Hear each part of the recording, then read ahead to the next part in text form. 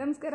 ಇವತ್ತಿನ ಈ ವಿಡಿಯೋದಲ್ಲಿ ಪ್ರಶ್ನೆ, ಮೇಡಮ್, ಕೈಮದ್ದು ಹಾಕುವಂತಹ ವ್ಯಕ್ತಿ ತುಂಬ ಜನ ಊಟ ಮಾಡ್ತಿರ್ತಾರಲ್ಲ, ಅಂತಹ ಊಟದ ಒಂದು ಪಂಕ್ತಿಯಲ್ಲಿ ಹೋಗಿ ಅವ್ರಿಗೆ ಹಾಕಬೇಕು ಅಂತ ಹೇಳಿದಾಗ ಅವರ ತಟ್ಟೆಗೆ ಹೋಗಿ ಬೀಳುತ್ತಂತಲ್ಲ, ಇದು ನಿಜನ? ಹೇಗೆ ಸಾಧ್ಯ? ಇದ್ರ ಬಗ್ಗೆ ವಿವರಿಸಿ ಅಂತ ಕೇಳ್ಕೊಂಡಿದ್ದಾರೆ.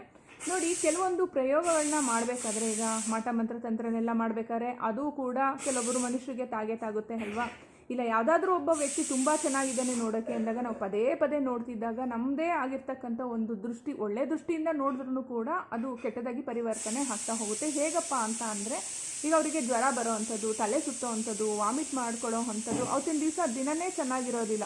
ಒಬ್ಬ ವ್ಯಕ್ತಿನ ನೀವು ಬೇಕಾದ್ರೆ ಸರ್ಚ್ ಮಾಡಿ ನೋಡಿ, ತುಂಬ ಹೊಗಳ್ತಾನೆ ಇರಿ, ಅವ್ರಿಗೇನಾದರೂ ಒಂದು ಚಿಕ್ಕ ಪುಟ್ಟದಾದ್ರೂ ಜ್ವರ ಬರೋದು, ತಲೆನೋವು ಬರೋದು, ವಾಮಿಟ್ ಆಗೋದು, ಸುಸ್ತಾಗುವಂಥದ್ದು, ಕೈಕಾಲು ಹೊಡ್ತಾ ಬರೋದು, ಹೀಗೆಲ್ಲ ಆಗುತ್ತೆ.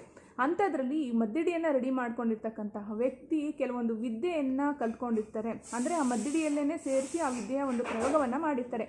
ಅವ್ರಿಗೇ ಗೊತ್ತಿಲ್ಲದಲೇ ಆ ಒಂದು ಪಂಕ್ತಿಯಲ್ಲಿ ಕೂತ್ಕೊಂಡಿರ್ತಕ್ಕಂತಹ ವ್ಯಕ್ತಿ ಈಗ ಹೋಗಿ ಅದು ಅದೇ ತಟ್ಟೆನಲ್ಲೇ ಬೀಳುತ್ತಲ್ವ, ಆಗ ಅವ್ರಿಗೆ ಗೊತ್ತಿಲ್ಲದಲೇ ಆ ಫುಡ್ಡನ್ನು ಸೇವನೆ ಮಾಡ್ತಾರೆ. ಸೇವನೆ ಮಾಡಿದಾದಮೇಲೆ ಬಾಡಿಯಲ್ಲಿ ಸೇರ್ಕೊಂಡಿದ್ದಾದಮೇಲೆ ಅದರ ಆಟನ ಶುರು ಮಾಡುತ್ತೆ. ಇದು ಹೇಗೆ ಅಂತ ಅಂದರೆ, ಕೆಲವೊಂದು ನಾವು ಮಾಯಮಂತ್ರ ಫಿಲಮ್ ಎಲ್ಲ ನೋಡ್ತೀವಲ್ವ ಟಿ ವಿನಲ್ಲಿ, ಅದೇ ಪ್ರಕಾರವಾಗಿ ಇದು ವರ್ಕ್ ಮಾಡ್ತಾ ಹೋಗುತ್ತೆ.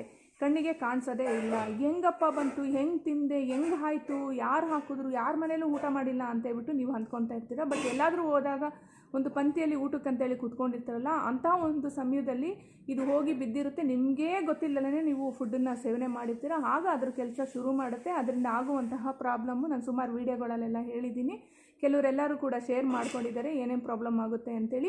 ಒಂದು ಸರಿ ಕೆಟ್ಟದ್ದು ಸೇರ್ಕೊಂಡ್ಬಿಟ್ರೆ ಒಳ್ಳೇದಾಗೋದು ತುಂಬ ಟೈಮ್ ತಗೊಳುತ್ತೆ, ಯಾವುದೇ ವಿಷಯದಲ್ಲಾದ್ರೂ ಕೂಡ ಅಷ್ಟೇ.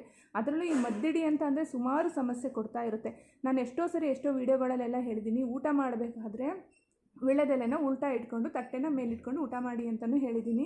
ಇಲ್ಲ ಅಂದರೆ ಒಂದು ತುತ್ತನ್ನು ತೆಗೆದಿಡಿ ಅಂತಲೂ ಕೂಡ ಹೇಳಿದ್ದೀನಿ. ಅದು ಬಿಟ್ಟರೆ ಮಾಮೂಲಾಗಿ ಪ್ರೇಯರ್ ಮಾಡ್ಕೊಂಡಾದ್ರೂ ತಿನ್ಬೋದು. ಮತ್ತು ಊಟ ಎಲ್ಲ ಆದಮೇಲೆ ಅಕಸ್ಮಾತ್ ಊಟ ಬಿಟ್ಟಿದ್ರೂ ಅದನ್ನು ಸೈಡಿಗೆ ಇಟ್ಟು ತಟ್ಟೆ ಒಳಗಡೆ ನೀರು ಹಾಕ್ಕೊಂಡು ನೀರು ಕುಡೀರಿ ಅಂತೇಳಿ ಸುಮಾರು ಸರಿ ಹೇಳ್ತಾನೆ ಇರ್ತೀನಿ. ಕೆಲವರು ಅದನ್ನು ಪಾಲಿಸ್ತಾರೆ, ಮತ್ತು ಇನ್ನು ಕೆಲವರು ಪಾಲಿಸೋದಿಲ್ಲ. ಇದ್ರ ಜೊತೆಯಲ್ಲಿ ನಾನು ಗಂಜಿ ಪೌಡರ್ ರೆಡಿ ಮಾಡ್ತೀನಲ್ಲ, ಅದನ್ನು ರೆಗ್ಯುಲರ್ ತಗೊಳ್ಳೋದಕ್ಕೂ ಕೂಡ ಹೇಳಿರ್ತೀನಿ. ಕೆಲವರು ತಗೊಳ್ತಾರೆ, ಕೆಲವರು ಡಿಸ್ಕಂಟಿನ್ಯೂ ಮಾಡ್ತಾರೆ. ಇದರಿಂದ ಏನಾಗುತ್ತೆ, ನೀವು ಮದ್ದಿಡಿ ಟ್ರೀಟ್ಮೆಂಟ್ ತೆಗೆದುಕೊಂಡಿದ್ದಾದಮೇಲೆ, ಚೆನ್ನಾಗಾಗಿದ್ದಾದಮೇಲೂ ಕೂಡ ರೆಗ್ಯುಲರ್ ನೀವು ಗಂಜಿ ಪೌಡ್ರನ್ನ ತೊಗೊಳ್ತಾ ಇದ್ದರೆ ಅದೇನಾಗುತ್ತೆ ಅಂದರೆ ನಿಮ್ಮನ್ನು ಕಾಪಾಡ್ತಾ ಹೋಗುತ್ತೆ, ರಕ್ಷಾ ಕವಚ ಥರ.